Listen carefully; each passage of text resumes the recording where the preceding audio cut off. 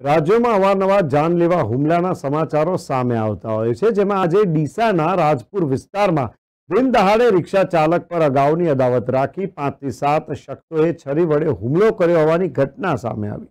ઘટનાને પગલે ગંભીર રીતે ઇજાગ્રસ્ત રિક્ષા ચાલકને સારવાર માટે સરકારી હોસ્પિટલમાં ખસેડાયો હતો, જ્યાં તેની હાલત વધુ ગંભીર હોવાથી વધુ સારવાર અર્થે પાલનપુર સરકારી હોસ્પિટલમાં ખસેડવામાં આવ્યા।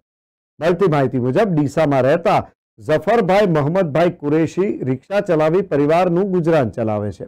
તેઓ આજે બાળકોને રિક્ષાઓમાં મૂકી રિક્ષા લઈને પરત તેમના ઘર તરફ જઈ રહ્યા હતા અને રાજપુર પહોંચ્યા બરાબર તે સમયે જ બાઇક પર આવેલા 5 થી 7 જેટલા શખ્સોએ તેમની રિક્ષાને આંતરીને ઊભી રખાવી હતી અને તરત જ છરી જેવા તીક્ષ્ણ હથિયાર વડે તેમની પર જીવલેણ હુમલો કર્યો હતો।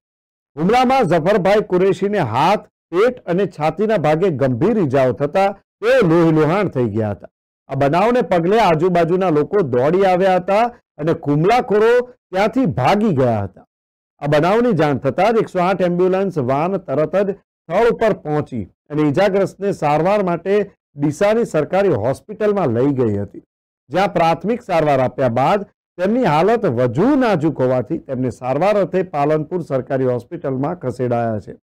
હાલ પોલીસે આ શખ્સો કોણ હતા અને તેમણે શા માટે રિક્ષા ચાલક પર હુમલો કર્યો હતો તે દિશામાં તપાસનો ધમધમાટ શરૂ કર્યો છે। જોકે હાલ રિક્ષા ચાલક ઝફરભાઈની સારવાર હેઠળ છે અને તેમની સ્થિતિ યોગ્ય થતાં જ પોલીસ તેમનું નિવેદન લઈ અને આગળની કાર્યવાહી ઝડપથી પૂરી કરશે।